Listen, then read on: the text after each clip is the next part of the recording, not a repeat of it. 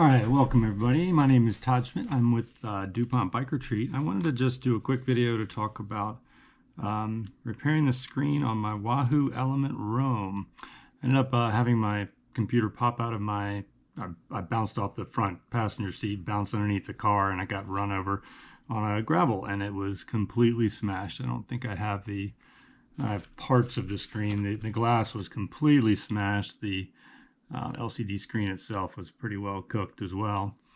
But I was able to still power it on and test all the functionality of it. So I was like, well, let's see what I can do. I found Aliexpress, you can actually order replacement screens. I was like, well, seems like it might be worth it to give it a shot. So I did order the part, and I've actually already tested this, and I put this in and got it working again. So I just wanted to do a quick thing about how to break it down. The screen itself just glues in around the outer edges of the bezel here, and you can tell that it, let me see if I can get that to wake up, and so you can just pull the glass off. The screen is lightly attached to the LCD screen, but once the glass is broken, it's actually not a big deal. So you can just pull the glass off and get it off however you can. Once you get in, the LCD screen itself, you don't want to pull these things. On the right-hand side of the computer, there's two little slots, and that's where the LCD screen connectors actually go through. So once you've got the glass out, you're working on taking apart the case itself. So let's see if we can aim this down here, and we'll talk about it. So looking at it from here, I used a handy dandy Revlon nail file and worked my way around. I was able to pop it in the slot here and slowly work in and get the clip or the thing in there and slowly pry it up. Now you want to work from top around to the right, clockwise, around to here. Don't worry about this right-hand side or the left-hand side with the power button, because there are cables here on this side. So you want to kind of, open it up this way. And once you get this, you can pry it up a little bit on this side if you need it to separate it. Mine was actually relatively easy to take apart, and I think mostly because of the fact that it was smashed and run over by a car. So in any case, now I've got the screen out, I've got everything taken apart, and I've got my replacement screen. I'm not going to put the glass in or the super glue in just yet. Actually, you know what? I'm lying. I'm going to go ahead and put the super glue in because it was actually a little bit difficult to pull it apart. So let's take a quick look here and run a little bead of glue around the outside of that before we take this apart. That's why I've got it on a piece of paper here, so I'm not going to get any glue on my desktop. Okay, so there I've tested. I'm going to go ahead and put on my glasses so that I can, my Super Duty heavy magnification glasses. So pretty straightforward. I'm just going to run around the inside part of this bead. You don't have to get every bit of the glue off of there because it actually sits kind of recessed in there. So actually leaving a little bit of the glue will allow it to stay propped up.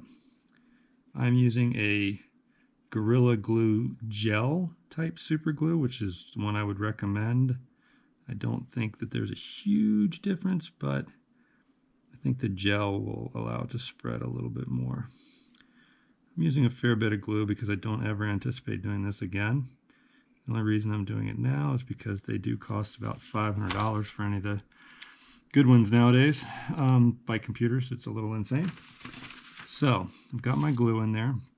You see I've got my two little tabs on here, two little connectors. So I'm going to feed those through very carefully. Again, I do have super glue on here, so I'm going to try and make sure I don't mess it up. I'm going to try and feed them through, oops, inside. Okay, got them in there. Now I can attach my screen. Of course, now I don't want to touch the screen at all because I'm going to let that glue set up a little bit. But I'm going to go ahead and press it in as best I can.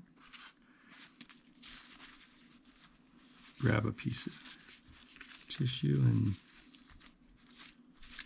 of course I got a little bit on there, but that's okay. It's glass. It will scrape off a little bit on my fingers. It's okay. I wanted to glue a little paper towel on my fingers anyways. All right, so that is glued in there. Now what you'll see when you were going to take it apart, when you popped it open, you had these two connectors on this side right here. So you're going to want to press them in. They connect in two slightly different ways. This one actually goes, it's probably hard to see, but there's a connector here that flips up, and it's right here, and you can see you will flip the bigger one up like that.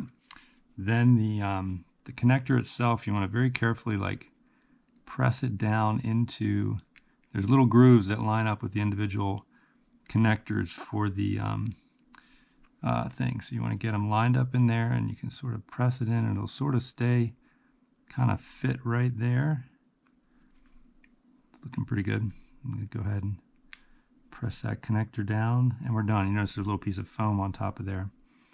This other one actually has a little black tab that's at the back here that it's down here on the paper because I pulled it out. I used too much force. I wasn't sure about getting it undone. So, but this one actually just slots into that connector piece there, just slides in once you get it lined up.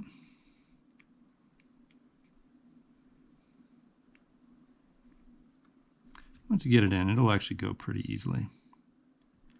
And it doesn't go all the way.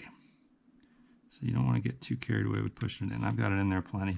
So there's a good view of where you can see how far it in. There's still a fair bit of the black sticking out of there. I'm going to put there's a little piece of foam that I took off. I'm going to put that on there, and I'm just going to hope that that all stays together when I put it back together. Now before I glue the actual frame back together, let's go ahead and power it on and see what happens.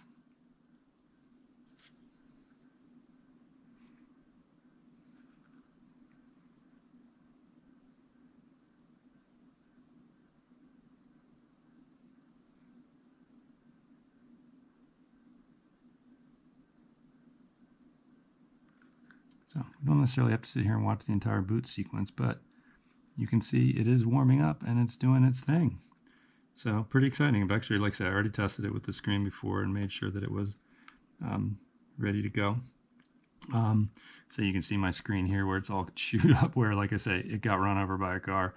But yeah, there's all my stuff and it's back and working. So pretty exciting. Now the last bit, I won't make you guys watch it, but it's just going to be to very carefully run a little bead of glue around the inside of the case, press these two pieces back together, and you're done. I would be a little bit concerned. You want to be careful about getting that glue on there because you want to make sure that it's still waterproof, at least as best as you can kind of assure it.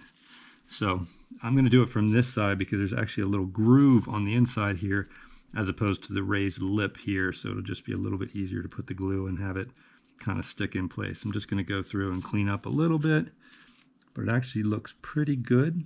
One other thing is there's a small piece of black plastic that likes to pop off and disappear, and it's right here in my hand, and this actually just fits on top of the wires here just to kind of keep them in place. I don't really think it's super essential, but it might provide some backing for the screen here for the buttons so that you're not putting excess pressure on the actual wires or the case itself. So we're good to go. Yeah, and that is actually it. I'm going to pop this back up here, try to see if you can't see me.